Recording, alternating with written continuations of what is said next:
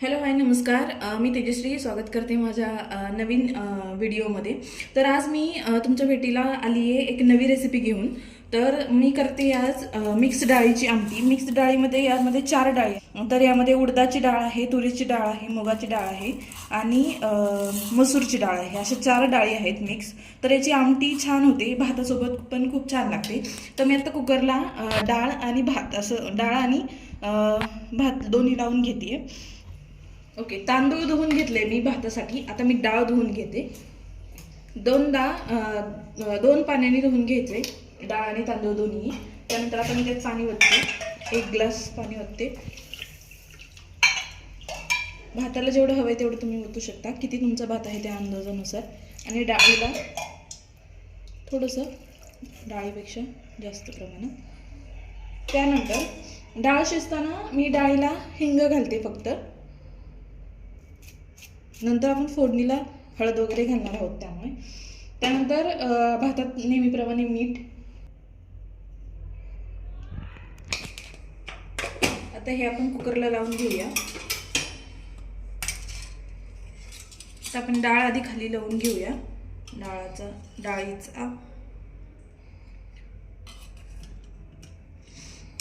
डाळीचा डबा खाली ठेवलाय आणि भाताचा वरती ठेवलाय आणि हे मी कुकरला लावून घेते.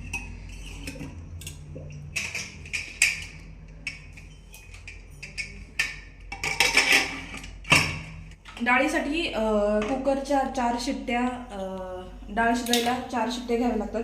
2 फुल गॅसवर घ्यायच्या आणि 2 गॅस लहान करून घ्यायचा. आता जोपर्यंत आपण कुकरला डाळ लावली, डाळ शिजतीये, डाळ भात शिजतोय, तोपर्यंत मी फोडणीला डाळीच्या काय काय घेते ते मी दाखवते. तर इथे मी गार्निशिंगसाठी कोथिंबीर, हिरवी कोथिंबीर चिरून ठेवली आहे. मी जरा जास्त घेतली आहे, मला जास्त आवडती गार्निशिंगला.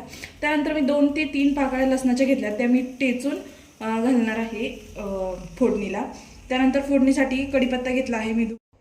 आता माझा कुकर गार झालाय, तो मी खाली काढून घेते आणि त्यातून डाळ आणि भात दोन्ही पण शिजले ते काढून घेते. आता आपण डाळीला फोडणी देणार आहोत. ही डाळ शिजली आहे, तर आता डाळीला फोडणी देऊया. तर फोडणी देण्यासाठी आधी मी कढई गॅसवर गरम करायला ठेवते. ओके, प्रमाणे आता कढई तापल्यावर मी पहिल्यांदा कांदा टाकून घेते. कांदा मी ह्याच्यासाठी तेलाच्या आधी टाकते, कारण कांदा हा ओलसर असतो, त्यात पाण्याचं प्रमाण जास्त असतं. तर मी ते थोडंसं असं कांदा भाजून घेते आणि मग त्यात तेल टाकते, जेणेकरून तो पटकन तळाही जातो आणि तेलही कमी लागतं. तो कांदा मी परतून घेते, म्हणजे भाजून घेते. असा गुलाबी असं होईपर्यंत भाजून घेते कांदा. तर कांदा भाजतोय तोपर्यंत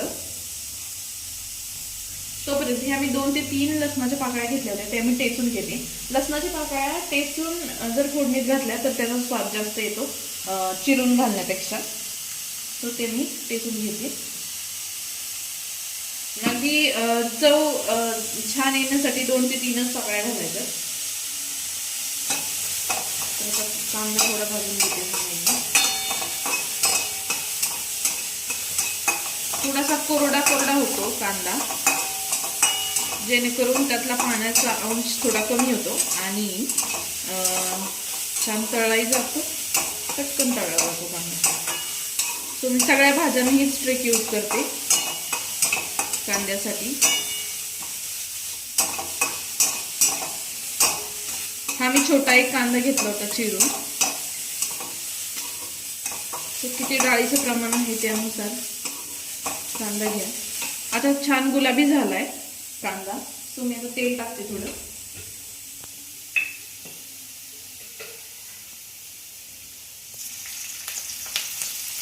दोन पळी तेल टाकले. तुम्ही किती वापरता तेल, किती प्रमाण घेता तेलाचं, ते तुमच्या डाळीचं प्रमाण वगैरे किती आहे त्या अंदाजानुसार घ्या. मी थोडं जास्त घेतलंय, 2 पळी थोडी जास्त होईल, पण ठीक आहे. तो कांदा आता चांगला तळलाय आणि मग मी जिरे, मोहरी आणि कढीपत्ता घालून घेते. आधी थोडी मोहरी घालते, मग जिरं घालते. जिरं जरा जास्त घालते कारण जिऱ्याची टेस्ट मला आवडते. त्यानंतर या 2-3 लसणाच्या पाकळ्या टेचून घेतल्या त्या घालते.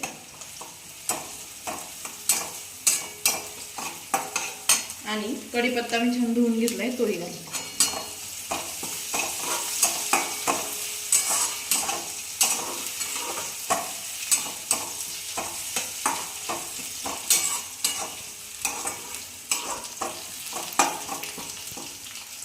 आता ही फोडणी छान तयार झाल्यावर थोडीशी हळद घालते. हळद थोडी मी जास्त घालणार आहे कारण ह्याला आपण लाल तिखट घालणार आहे ते पण थोडंसं आपण हळद घालून घेऊयात जास्त. ओके. आता ह्या फोडणीत मी डाळ थोडी अशी हे करून घेते, थोडीशी अशी मॅश करून घेते. मॅशरने डाळ छान शिजली आहे आपली, एकदम गाळ शिजली आहे.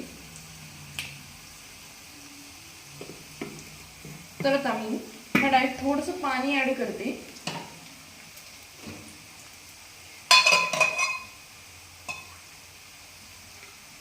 डायरेक्टली अशी घट्ट डाळ नाही मी टाकणार, थोडंसं पाणी ऍड करते आणि मग टाकूया.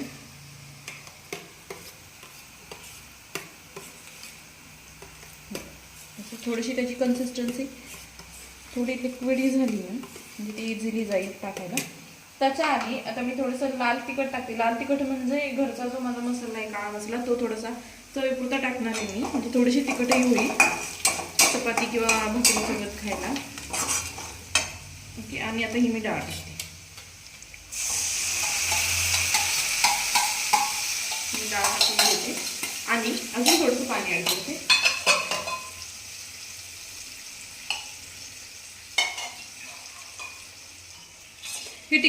ही डाळ थोडी जास्त तिखट हवी असेल तरी थोडं जास्त तिखट ऍड केलं तरी चालेल.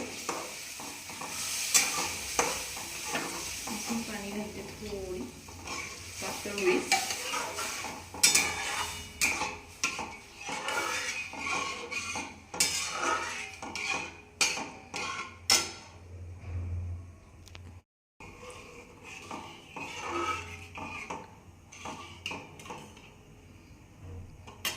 चवीनुसार मीठ घालते.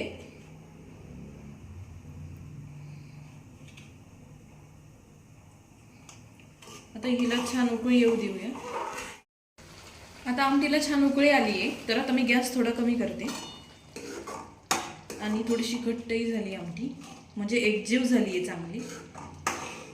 जोपर्यंत फुल गॅसवरती उकळी येऊन छान म्हणजे उकळी येत नाही तोपर्यंत ती एकजीव होत नाही. पाणी आणि जी आपली डाळ आपण जे टाकले वरून पाणी आणि आपली जी डाळ आहे शिजलेली ती एकजीव होत नाही जोपर्यंत छान उकळी येऊन ती शिजत नाही तोपर्यंत.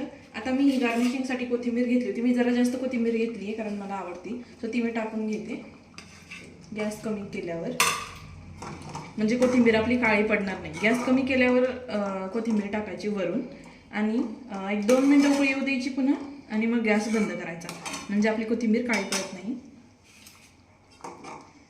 सो अशी मस्त अशी घट्ट आमटी झाली आणि वास तर खूपच छान येतोय. सो माझी ही आमटीची रेसिपी तुम्हाला कशी वाटली? साधी आणि सिंपल आहे, खूप थोड्या छोट्या साहित्यात किंवा सामानामध्ये होती. तर ही रेसिपी कशी वाटली मला कमेंट्स करून सांगा. ओके. आता छान आमटी झाली. आता मी गॅस बंद करते आणि ही गरमागरम आमटी आपली तयार आहे. सो ही माझी रेसिपी कशी वाटली ते मला कमेंट्स करून सांगा आणि लाईक करा, शेअर करा आणि सबस्क्राईब पण करा. So thank you.